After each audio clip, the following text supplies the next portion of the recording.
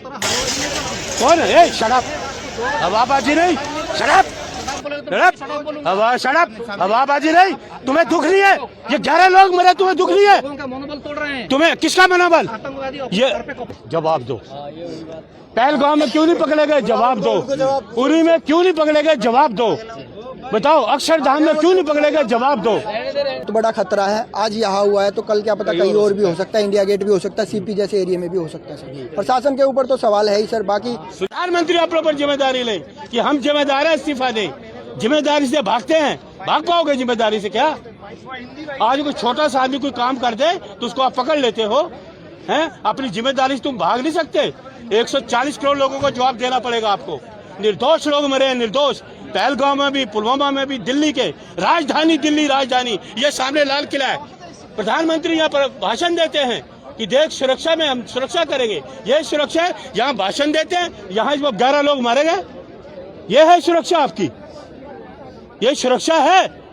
बताइए। जिसका मैडम, जिसके घर से कोई जाता है ना व्यक्ति, उसका दुख दर्द जानिए, उसको पता होता है दुख क्या होता है। कोई आदमी अकेला घर का कमाने वाला होता है, ट्वीट किया है, क्या करें? और हमें ट्वीट नहीं चाहिए, एक्शन चाहिए।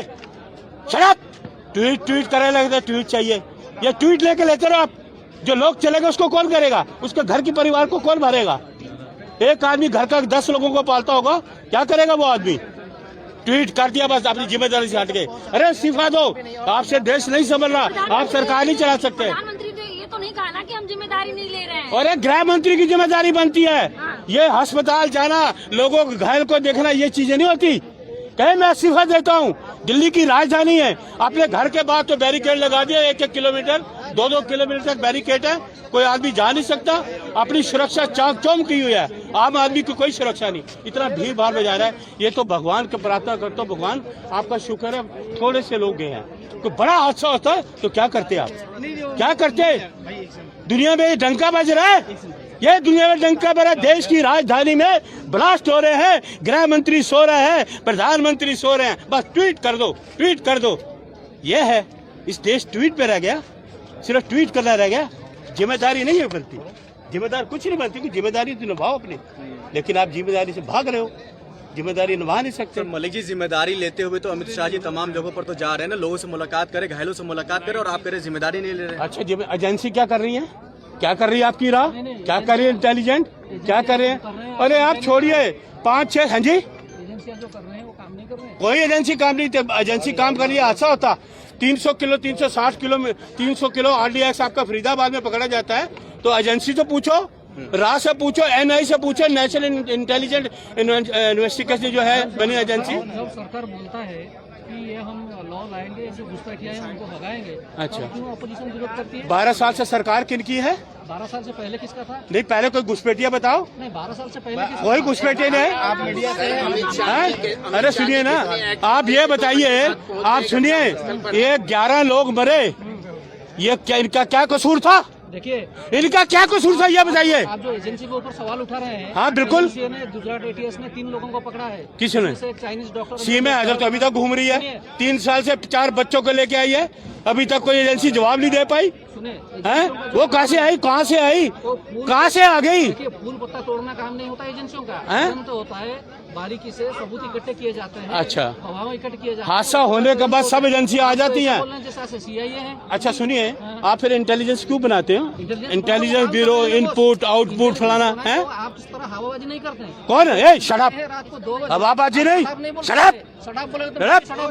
शराब हवाबाजी नहीं। तुम्हें दुख नहीं है? ये 11 लोग मरे, तुम्हें दुख नहीं है? उनका मनोबल तोड़ रहे हैं। तुम्हें किसका मनोबल? आतंकवादी ये घर पे कफन बांध के जाता है, हाँ, वो अपने फैमिली लोग। इनका क्या कसूर था? जो लोग आए बाजार में, ये जो बाजार में आए लोग, इनका क्या कसूर था? एजेंसी अंतर्यामी है। इनका क्या कसूर था? इनका कसूर कुछ नहीं था। फिर एजेंसी का कसूर कहाँ है? क्या एजेंसी क्या है? जिम्मेदारी जिम्मेदारी बच जाएंगे। मलिक जी, सवाल यहाँ पर और भी कई सारे निकल करके आ रहा है। सवाल तो ये है ना, जो कि आपका सवाल ये है, जो घटना के बाद तमाम चीजें एक्टिव हो रही है, लेकिन उसके बाद भी तो सरकार अपनी तरफ से तो तमाम चीजें कंट्रोल करने की कोशिश तो कर रही है। आप मुझे ये बताइए, इस वक्त में आप पत्रकार महोदय, मुझे एक बात बताओ। अरे सुनिए पहले मेरी बात, पुलवामा के कहा अभी तक क्यों नहीं पकड़े गए? जवाब दो। पहलगाम में क्यों नहीं पकड़े गए? जवाब दो। उरी में क्यों नहीं पकड़े गए? जवाब दो। बताओ अक्षरधाम में क्यों नहीं पकड़े गए? जवाब दो। कितने साल हो गए? कितने साल हो गए? 46 सैनिक मारे गए पुलवामा में। सैनिक हमारे देश के जवान जो हमारी रक्षा करते हैं वो कहाँ गए? वो कहाँ चले गए? बताओ ना, वो कहाँ है? पकड़े गए? हमारे जवान मरे, जवान RDX में। क्या चाहते हैं आज की घटना को लेकर? आप चाहते क्या सर? गृह मंत्री इस्तीफा दें, ये नहीं संभाल सकते। सिर्फ इस्तीफा ही इसका समाधान? इस्तीफा नहीं, जांच भी होनी चाहिए। जांच तो जरूरी है, लेकिन जो निर्दोष लोग मारे गए हैं इनका कौन जिम्मेदार है? कौन जिम्मेदार घटना लेगा? पर गृह मंत्री कितनी जल्दी पहुंच उनको गए ये देखिए आप। अरे LNJP हॉस्पिटल हमें घटना पे जिम्मेदारी किसकी? जांच की पूरी टीम सर मैं को कर जिम्मेदारी दी है। सर जिम्मेदारी किसकी बनती है? होम मिनिस्टर कौन है बताइए? सुरक्षा किसके हाथ में है? वो खुद पहुंच गए। अरे खुद वो यहाँ पहुंच रहा क्या? मैं भी तो यहाँ पहुंचा हूँ। मैं भी तो यहाँ पहुंचा हूँ। जांच की जो अरे मैं भी तो यहाँ पहुंचा हूँ। आपके पहुंचने से नहीं होगा। मैं तो दुख दर्द जाने आया हूँ। टीम है, दुख दर्द जाने आया हूँ। आदेश दिया। क्या कि आदेश दिया? आप जांच करो, जांच होगी उसके बाद ही तो आएगा ना। सारी टीमें हैं। चलो आप अच्छा वो पुलवामा की जांच कहाँ रह गई? पुलवामा की जांच कहाँ रह गई? पहलगाम की जांच कहाँ रह गई? उरी की जांच कहाँ रह गई? बताओ ना, कहाँ जांचें रह गई?